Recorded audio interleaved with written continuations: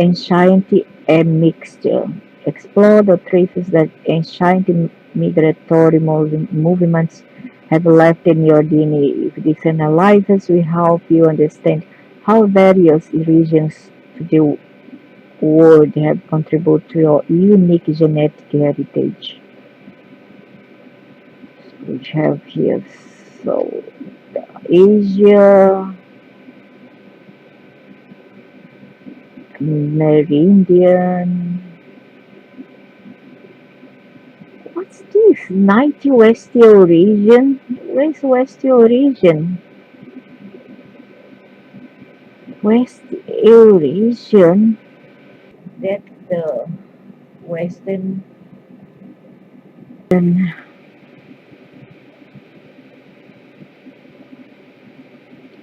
This analysis goes back many generations. The result you might see an ancestral component that do not align with your known or recent family history. Your ancient composition or report complied in a mixed model of chaos that might represent five hypothetical ancestral populations. Hypothetical. This analysis delves into many past generations to reveal the mosaic of humanity that makes up your DNA from a historical perspective.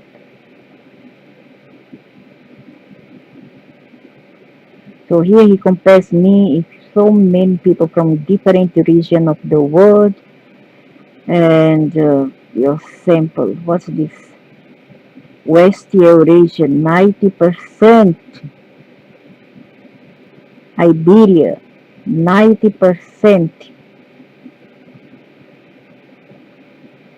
Northwestern European, 90%. British, 91%. Eh? How come British is more? The UK, 91%. Tuscany and Italy, 89%. You know, why didn't they put the British on top since it's more? Maybe because there's a lot of Latin people in Brighton. North Iberian, too. Tuscany, 89. Finnish, 84. Levantine, there. Here Israel or Middle East, 70%. With 97 matches. This one finished 99 matches. All these 99 matches, 99%. Uh, Puerto Rican, this one Latin American. I would say Costa Rica, why Puerto Rico? Or Brazil, South America, why Central America for? Colombia, why Colombia? Why not Brazil? Mexican, 61%. Pujambi, 36%, which is India. African, Southwest, 25%. Gujarati, 24%. Bengali, 18%. Peruvian, 17%. Where's Brazil? African, Caribbean, 14%.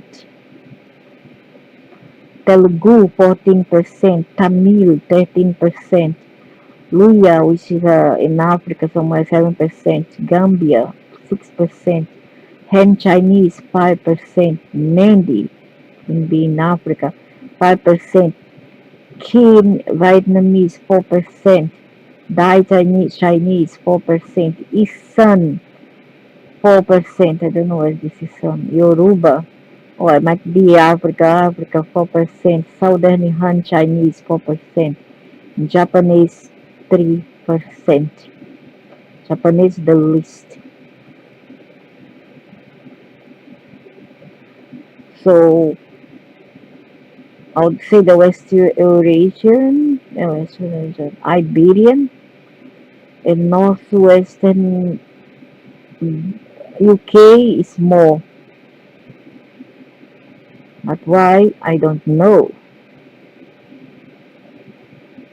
It's a new way to understand your generic admixture takes into consideration your result across all the world population of referring seed.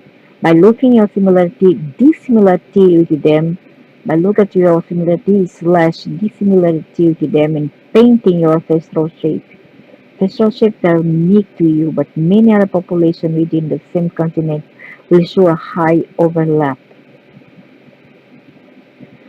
So let's compare, let's say here, um,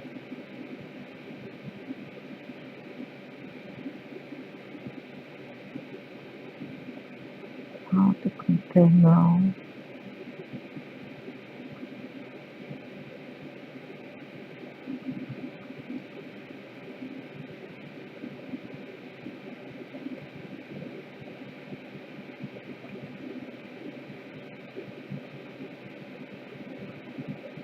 Okay, African Caribbean, 13, African ancestry, 18%, Bengali, 22%, even more, Thai Chinese, 16%, even more. This one is Europe, if I don't make a mistake. Oh, so yeah, Europe.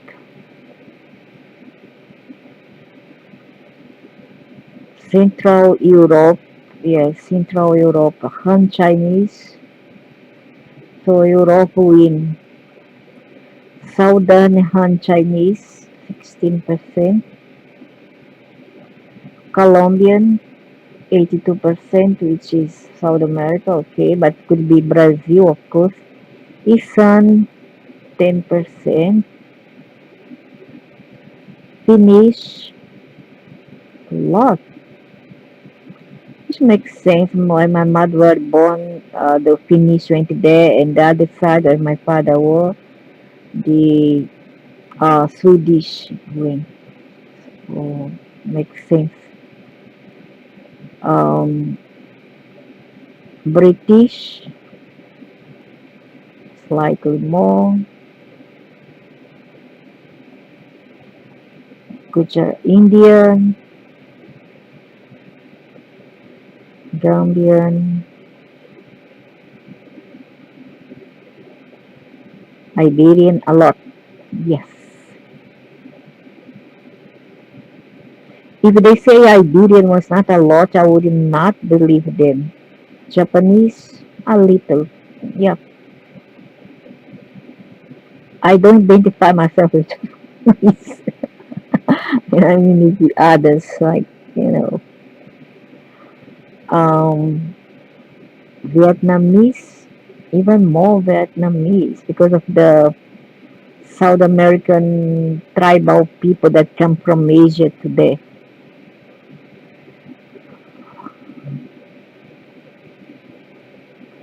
Part of this one, Africa have not much. Puerto Rico, no, no, no, no, no, no, no, no, no, no. Okay, Peruvian, Mexico, again is Brazil. Oh, Mexican, oh,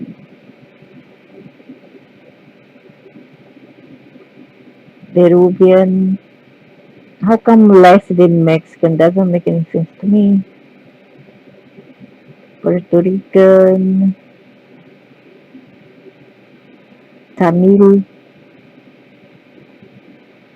a lot of Tamil, huh?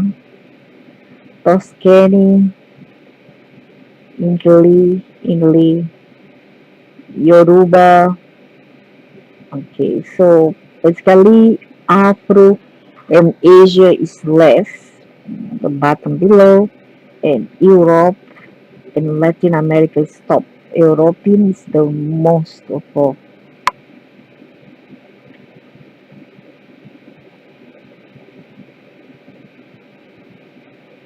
The Neanderthal, I have 2% or more.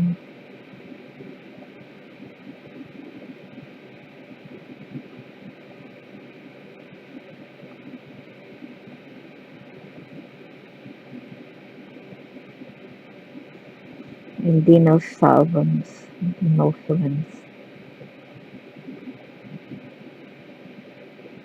Some smart Alex here, which my somebody related to me, came to say that the more admixed we are, the more prone to disease we'll be. I don't think so. And always I thought, no, it makes us stronger. And guess what? I was right. How high the genetic variability? Having high genetic variability is protective. It's protective. Not a downside, but it's protective against recessive disease. Okay, against recessive disease. See, I knew it. See how smart I am. Too much for that smart elect person who doesn't know anything. Born in Asia. The heterozygosity rate in my calculation is compared to Europeans very high.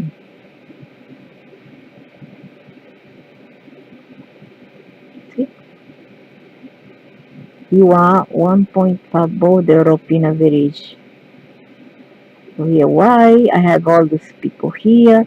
Yoruba in Badan, Nigeria, Lunya, Gambia, main reason, although in few small portion compared to the others, and some in Latin America more than Afro, of course. Peruvian, Colombians, all these people come from Asia, there to Latin America. And then I have East Asian also, which may come from these people. So Han Chinese, Japanese, so then Han Chinese, Chinese Dai, and Vietnam. European, I have Uttar Evident, which the CEPH, with Northern and Western European ancestry, Tuscany and Italy, Phoenician Finland, British and England or UK in general, Iberia population in Spain. But it's not Spain alone, it was Portugal, okay? Portugal and Spain. So South Asia, we have Gujarati, Indian from Houston, Texas. What I don't Indian from Houston, Texas. Punjabi from Lahore, Pakistan. Bengali from Bangladesh. Sri Lanka Tamil from the UK. And Indian Telugu from the UK. Amazing. Really amazing. But doesn't mean they are from there. It means that they immigrate to this part of the world. That's really amazing. Oh my goodness.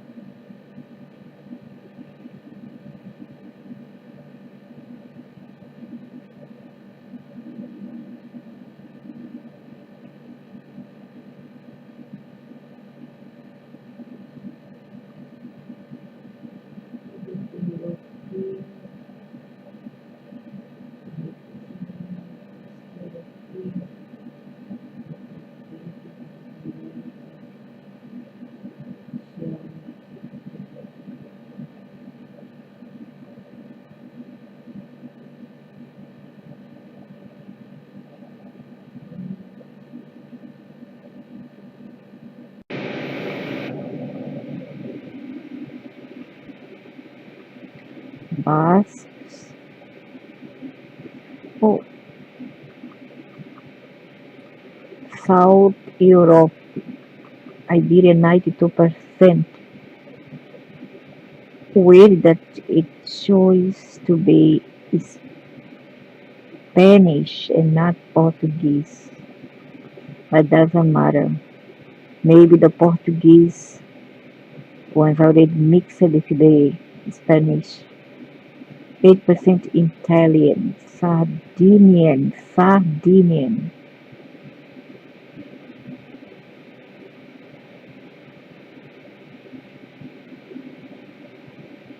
Aragon and Valencia, Basque, 33% Basque, La Mancha.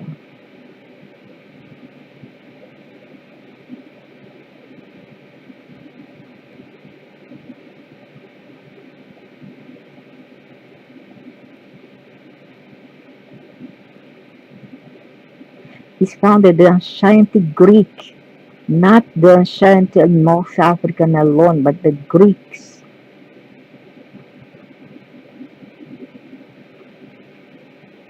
The Roman, the Celts, Visigoths, and the folks from Central Europe. Oh, also people from North Africa, correct? But something that Iberian is only North Africa. That's the problem. But also it makes part of, like I always thought, is Greek and Greco-Romans. And this makes the person a very strong, willingly person. Visigoths, South Central America,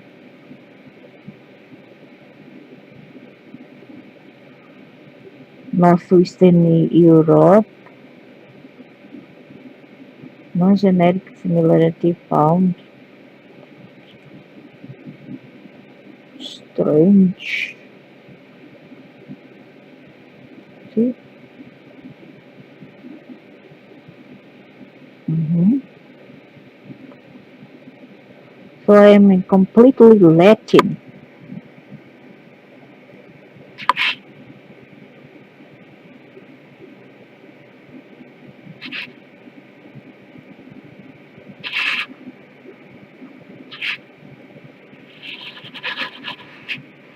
Not recently. Um, no recent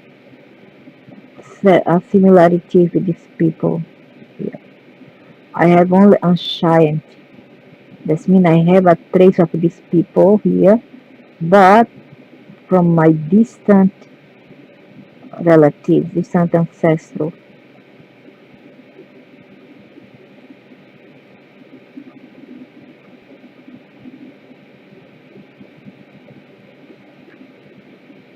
So here is ancient. Explore the trace that ancient migratory movements have left in your DNA. West Eurasian, West. Uh,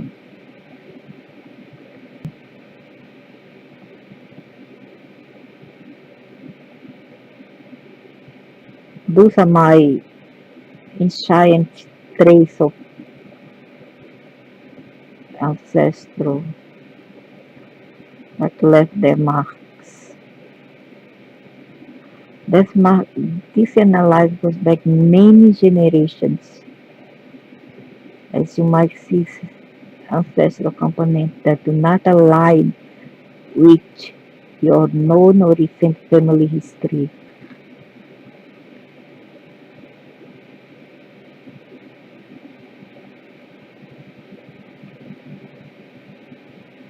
So Restoration, Iberian at 9%, Northwestern European, British 91%, Tuscany and Italy 99% match, but not 9%, Finnish 84%, Levantine, Middle East 99%, 70%, and here Latin America is Brazil, but they mistaken somehow. Pujambo will come with the Portuguese, and African Oscan come from the Portuguese or directly. This one is Brazilian, Tamil.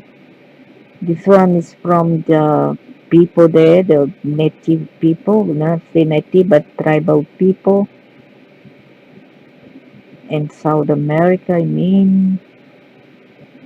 This one also, oh, 99, 91%. What? Japanese, 86% Japanese. My God. 95% Yoruba, 95%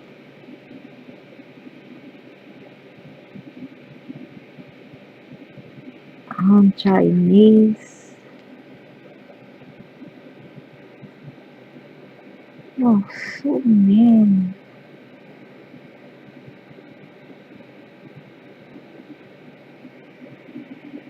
Gujarati, Jambi.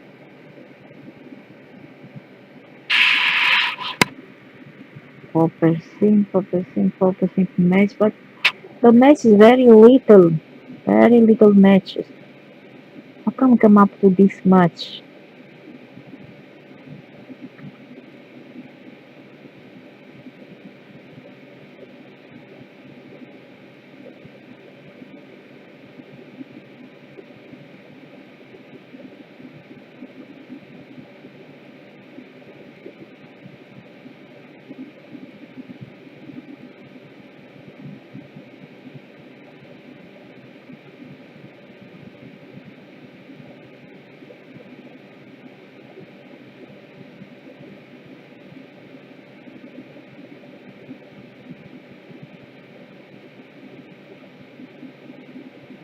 Some European,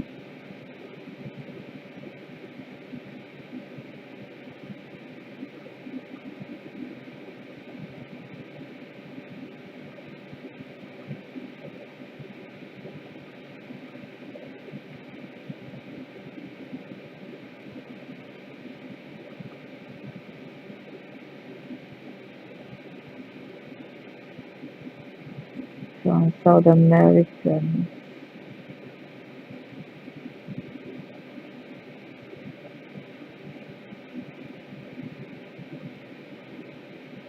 So many Finnish, which makes sense given my mother place of birth, where the Finnish people went. And also my place of birth, the British came over. Gujarati. So all the others don't have much. The Europeans are the most.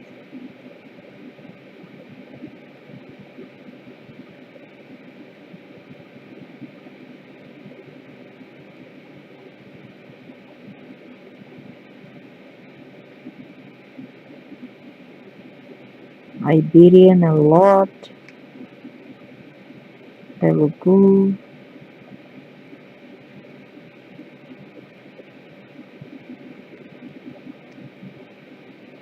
Latin American, okay. Tamil. Vietnamese.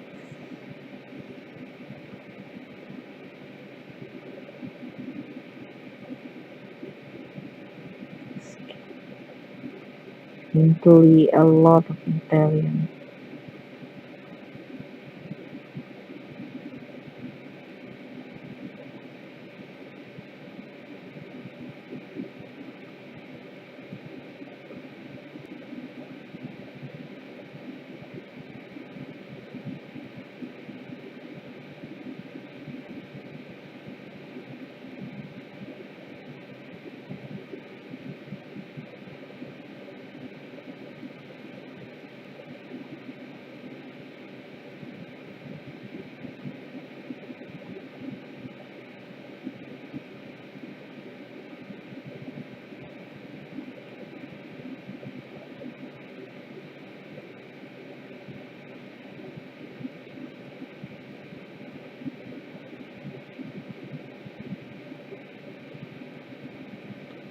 India, Telugu from the UK, Sri Lanka from the UK, Punjabi from Lahore, and Gujarati from Texas. Amazing.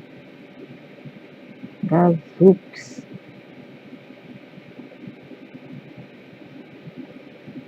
So the more admixed you are, the better your chance to be resistant to recessive diseases, which is good.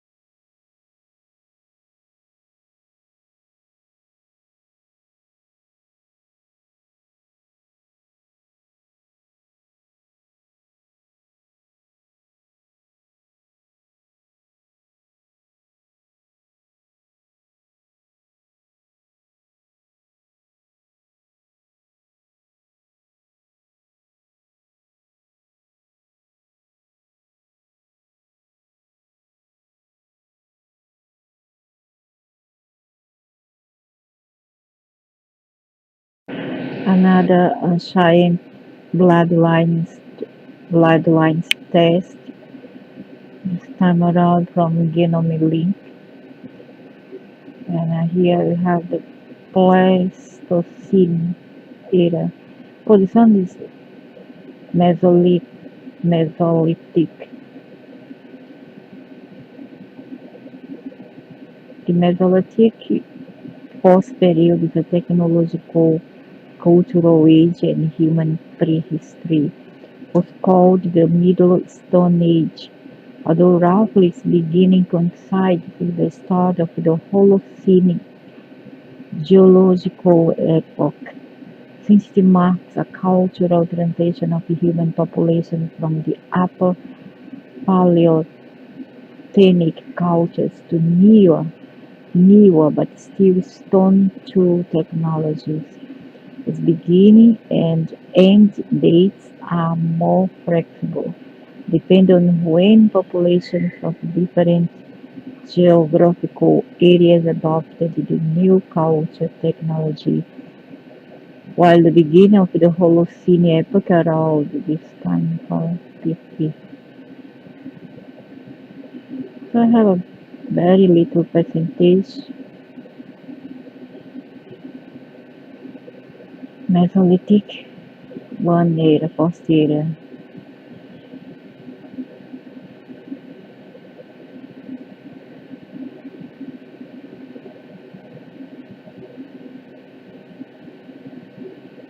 Still hunter-gatherer from the direction of East Europe.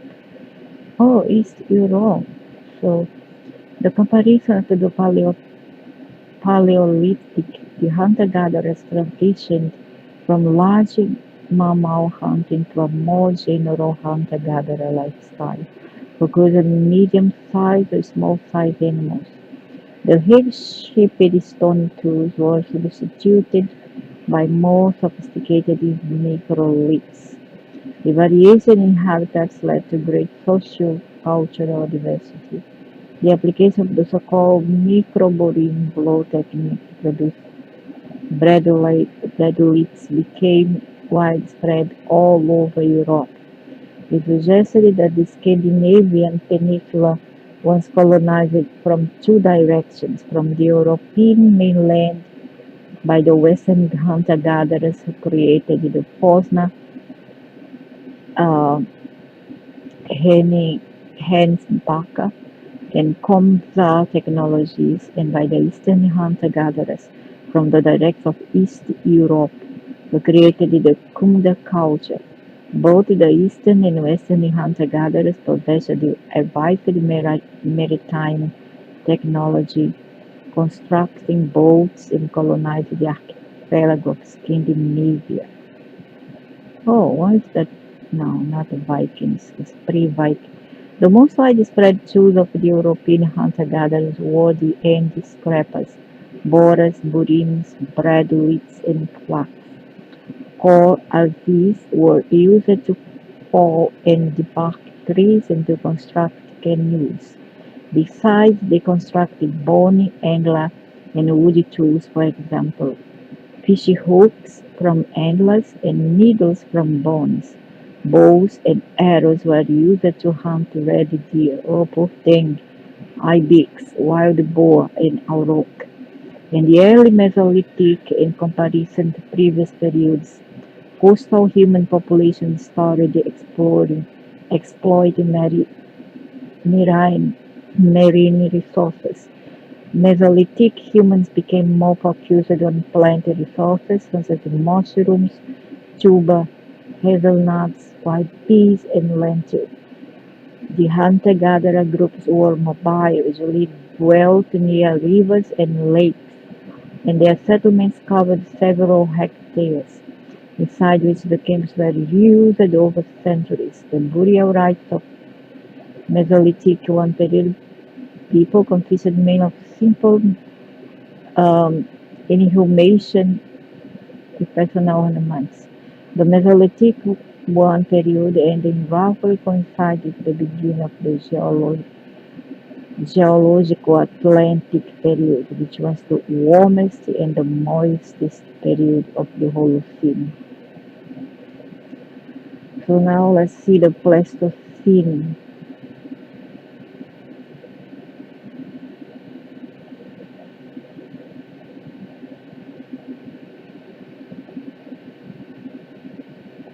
The Pleistocene, I have more Pleistocene, I guess.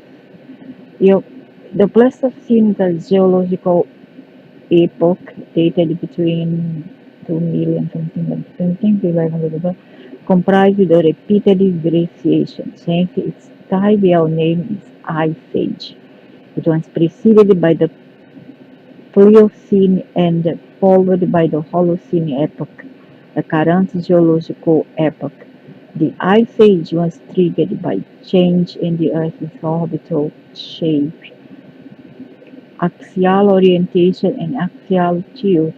They consist of repeated drops of temperature during glacial maximums and raises in temperature during the interglacial periods. Likely the level of atmospheric CO2 concentration responsible for the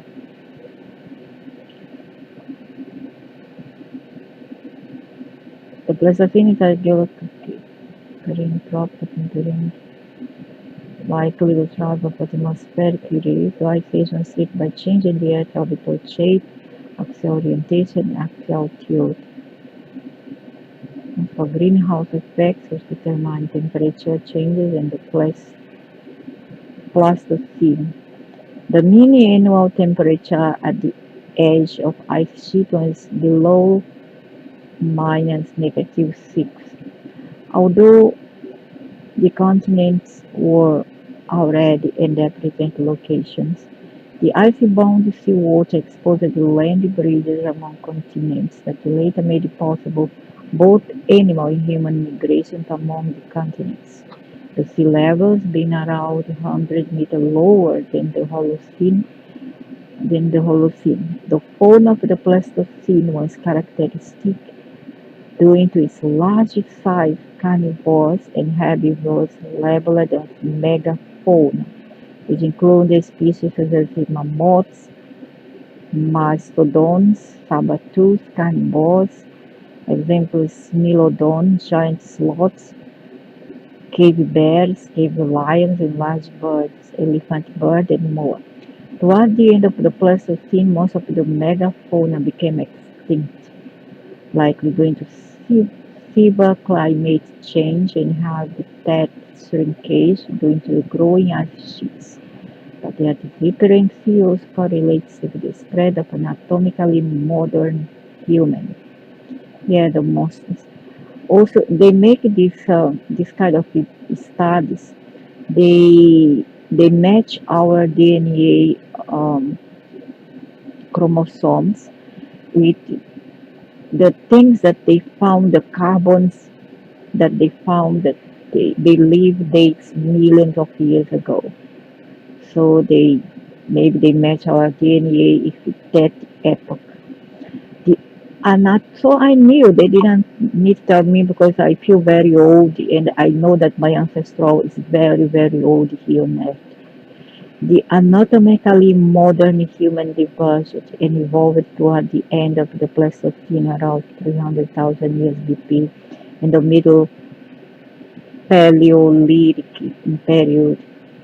Unlike the geological epochs, the Paleolithic or Old Stone Age and Mesolithic Middle Stone Age are periods or ages of human technological and cultural development. Cultural periods do not have a strict general time frame because population of different geographical units adopt technologies with time differences during human prehistory. The Pleistocene overlaps with the following periods. Paleolithic consists of Lower Paleolithic, Middle Paleolithic, and Upper Paleolithic, and the Epipaleolithic. The Lower Paleolithic is defined to start from the earliest evidence of stone tool usage by Australopithecus species approximately 3.3 million years ago. The culture technology was termed Lomekwi, Lomekwiyata, its archaeological site in Kenya. It was followed by the Old One tool technology that was dated around 2.6 million years BP. Just appeared at the beginning of the Pleistocene, it ended 1.6 million years ago. It was developed by early hominids like the Homo habilis, and it spread from Africa to Europe and Asia. The Homo habilis primarily was carnivore and scavenger. The older one technology was followed by the Archeoline hand-axe technology in Africa, South Europe, and South Asia, and Clarksonian technology in North Europe. Both technologies exist until the Middle Paleolithic and adapted by Homo erectus and later by Homo heidelbergensis. I don't know whether I did pronounce it correctly. Homo heidelbergensis. They also transited from scavenging to hunter-gathering, species in human evolution prehistory until the Neolithic period.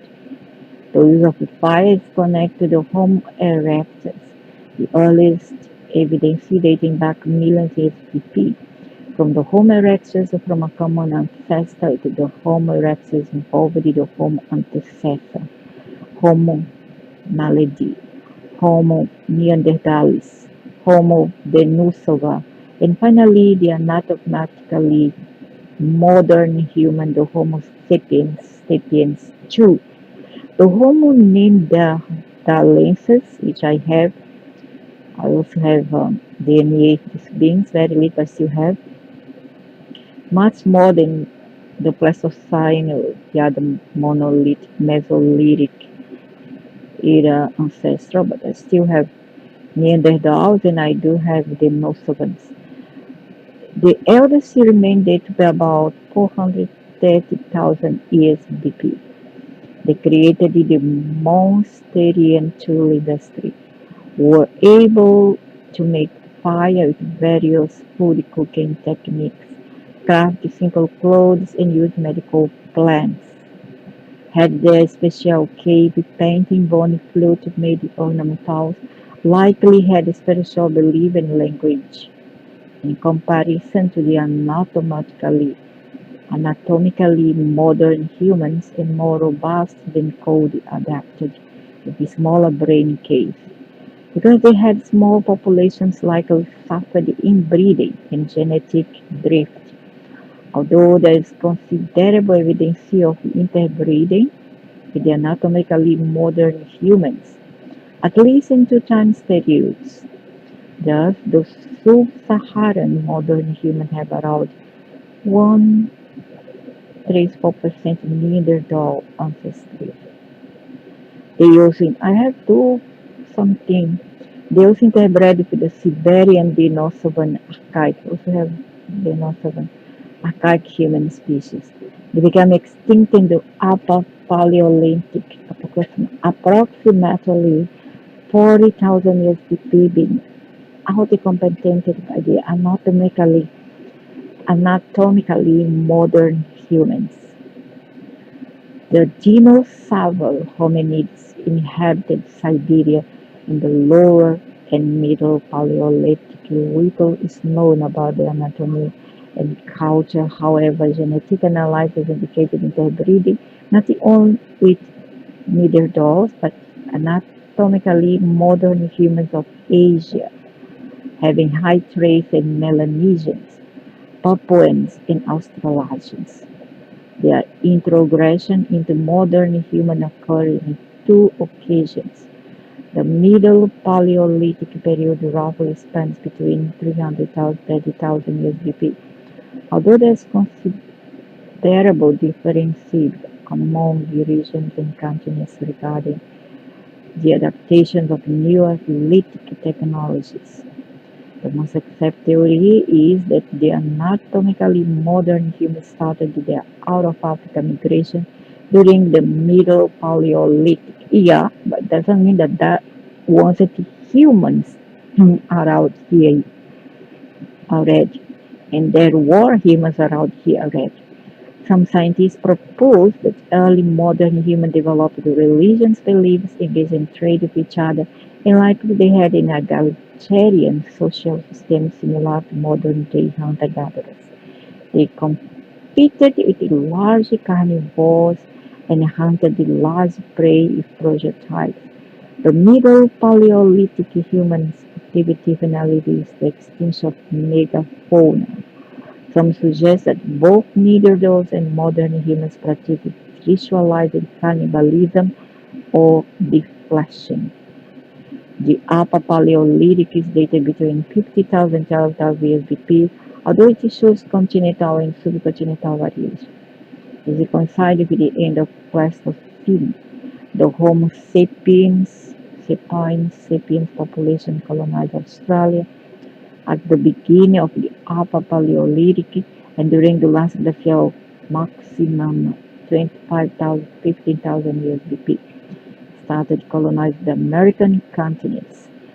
Artworks are flourished in forms of petroglyphs and female figurine named Venus in Europe. So you see the Paleolithic during the last glacial maximum 25,000 to I don't know how many I cannot see properly here. ESBP started colonizing the American continents.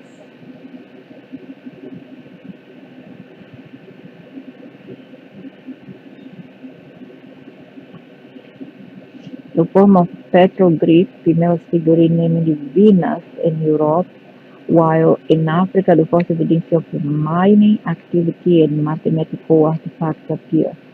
During this period, the European early modern humans, the Cro-Magnons, colonized Europe, creating the Upper Paleolithic technologies cultures such as the Aurignacians, Gravitians, Solothurn, Magdalenian, and Epigraphician cultures.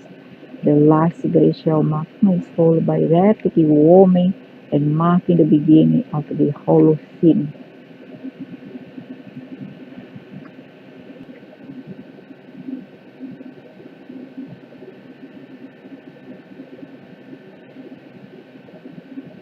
Post-Thermidoric, Chalcolithic, Paleolithic, or Ineolithic is a period falling between the Neolithic and Bronze Age, approximately dated between 5000 to 3000 BCE in Europe.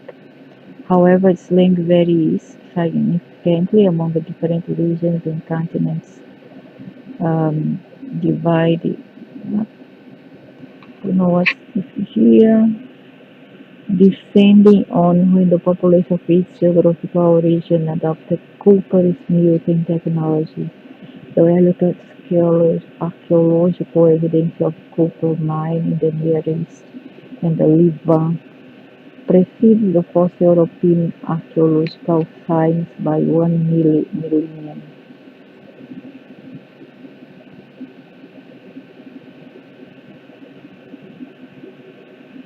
The Copper Age was termed the Chalcolithic, Eneolithic, or Ironolithic is the period falling between the Neolithic and Bronze Age, approximately dated between 5000 and 3000 BC in Europe. However, its length varies significantly among different regions and continents depending on when the population of each geographical region adopted copper smelting technologies. The earliest archaeological evidence of copper mining in the Near East and the Levant precedes the first European archaeological finds by 1 million.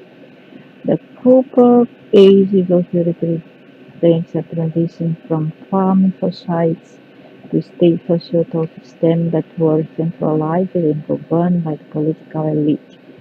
The fertile crescent in Mesopotamia emerged the Ubaid civilization, the Sumer civilization in North Africa, pre-dynastic Egypt, Southeast Europe, the Proto-Minoan Crete, and Southeast Asia, the Birhana and the South Asia, the Birhana and Megarth civilization.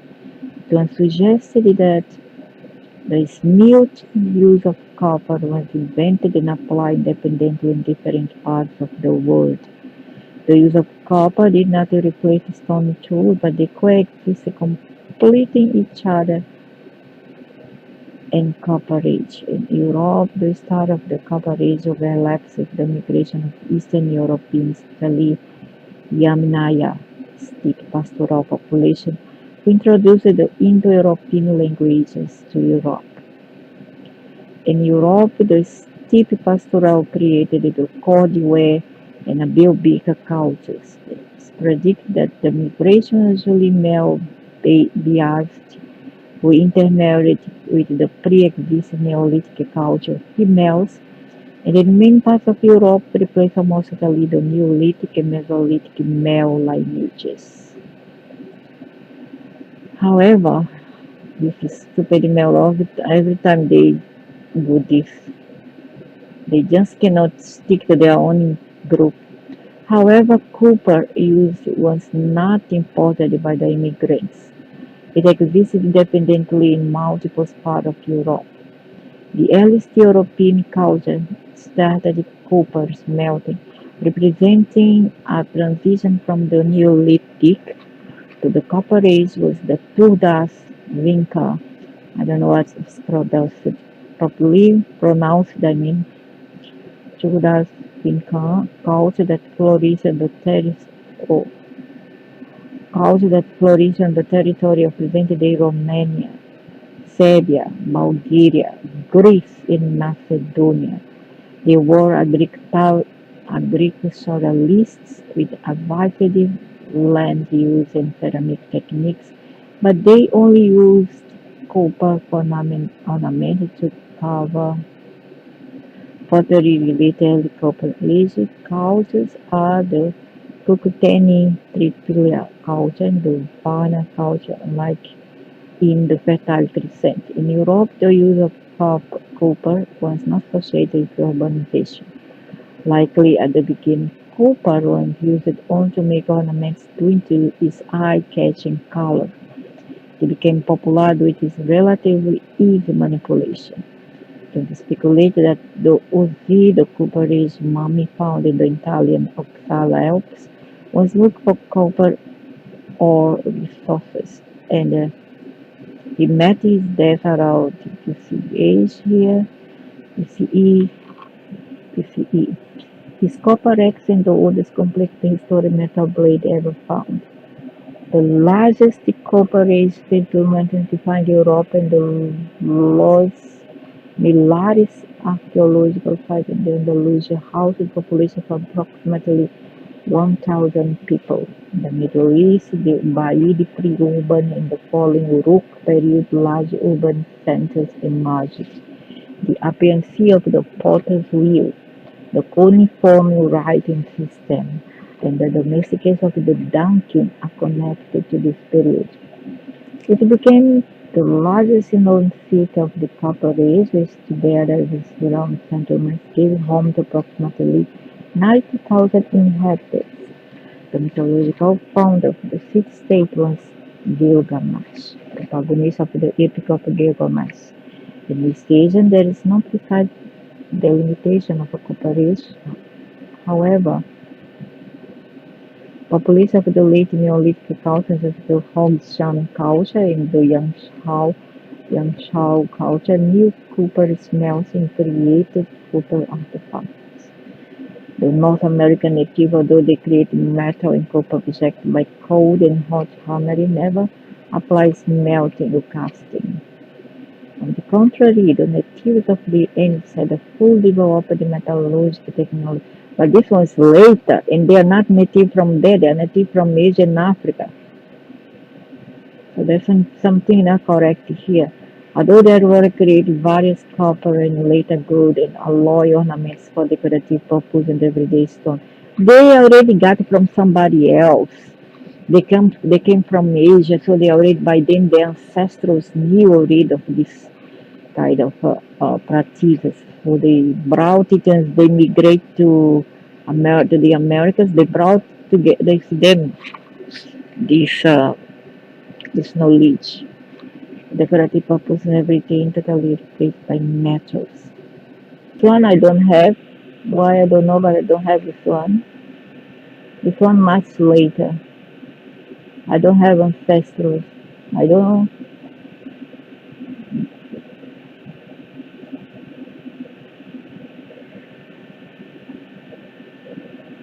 match my DNA.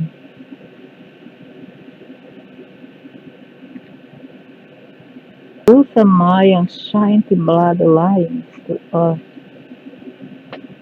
and it's much earlier than the many people here in we have old bloodline, and we are older than the Anunnaki is coming.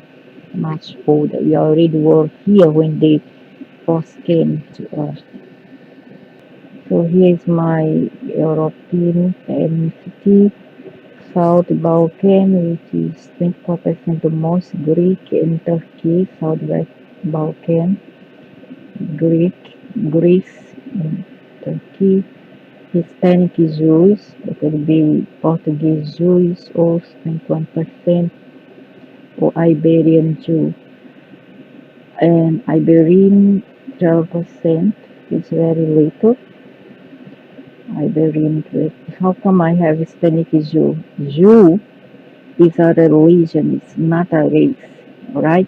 So if I have Spanish, it would be Portuguese. In this sense, I would have Iberian, more Iberian than this percentage here. That's something not correct here. So the Hispanic or the Portuguese perceive already Latins, and they are Iberians.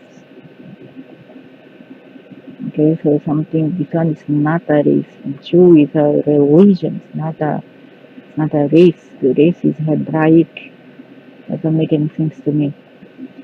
British 10%, Eastern Europe 6%, and Northern Europe 5%.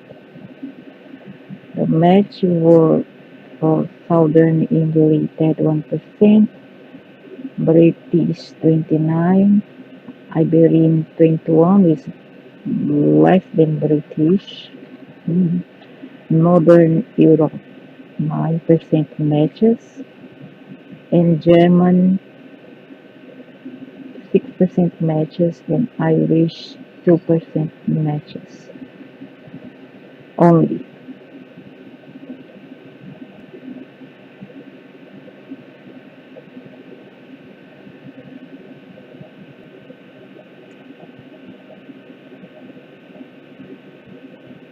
There's no such thing as indigenous American, those are Asians, so 70% Asia. West African 13%, East Asia 5%, South Asian 1%.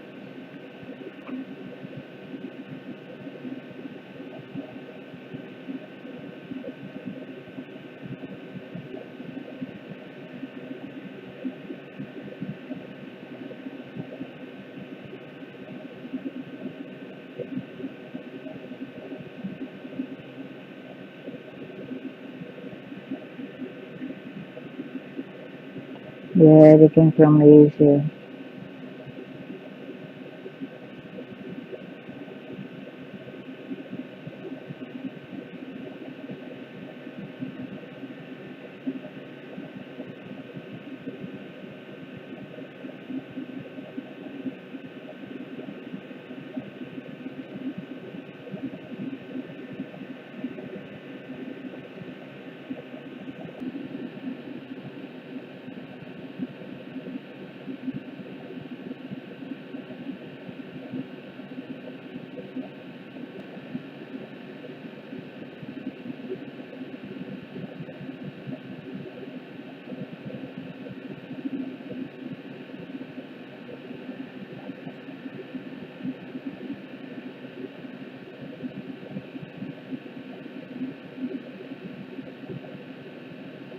I don't think so. They don't start things loud. Blah, blah, blah, blah, blah. I don't think so.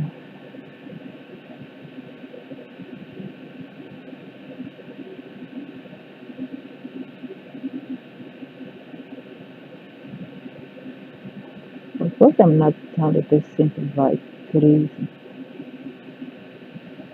The Viking classification is British Viking, Scandinavian Viking, and a Finnish Viking. I think it's more Finnish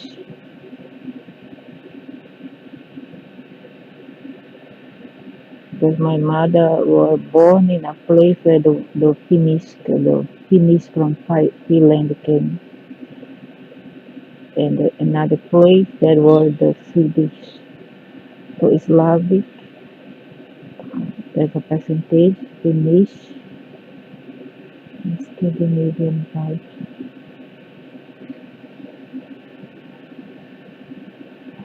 So yes, I do have a Viking was supposed to have anyway.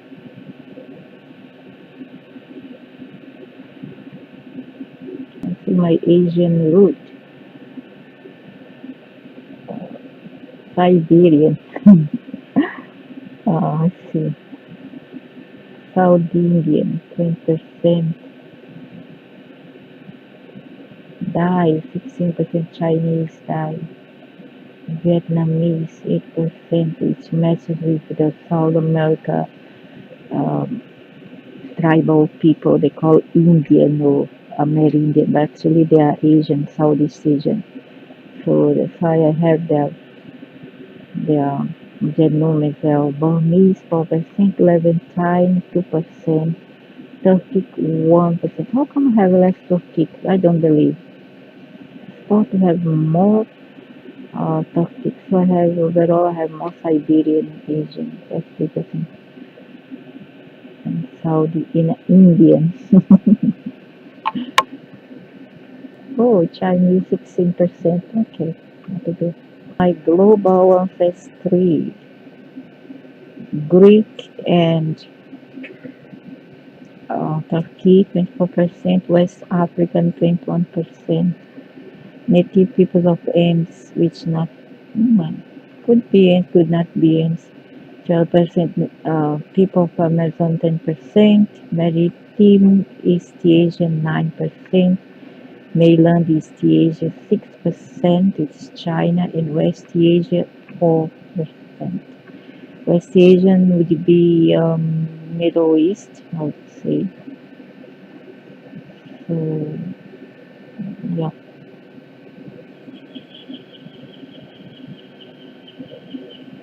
Balkan, Italian, North African, Near East, West Asia, which is Arabic and Hebraic in West Africa. Here they say most frequent ethnicity Scandinavian 24%, Southeast Asia 6%, which coincides with these people from tribal South America. So I don't understand. Most unique ethnicity West African, 21% native peoples of North. So Scandinavia here is the top. Native peoples of North 21%, native people of Andes 12%, native people of Amazon and Caribbean 10%. So the North American tribal people have more. How come? When I'm from South America. Native people of Amazon and Caribbean 10% and Southeast Asia 9%, which also comes from these people.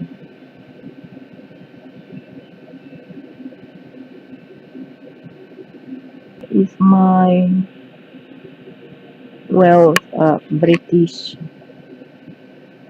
ethnicities. Southeast border 8%, South 16%, and North 14%. So more from the South. Scotland 8%, Southwest Illinois 8%, Orkney 5%, and Northwest 4%. Your UK ethnicity, okay. So yeah, of course I have British. Why not? The British went my hometown. They built um, bridges, and the Dutch also went to then built those bridges. So altogether, so 55% altogether. So these people are not Latin, they are Asian people. Okay, let's be down to us and realistic. They are they are in Latin America, but they are Asian. So from that tribe, I supposedly have these people here.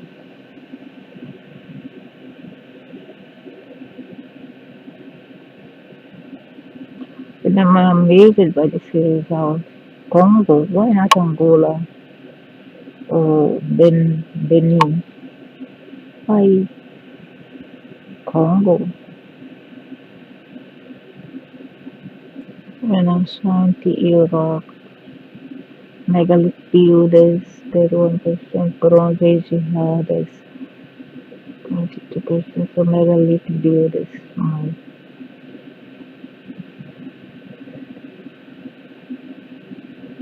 Also European permanent. Okay.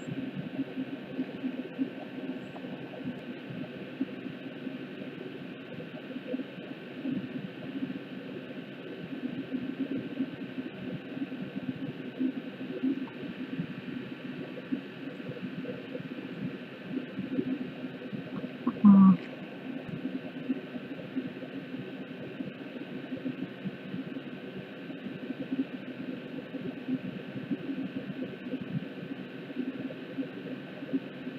Only 1%. No, I have more than that, much more.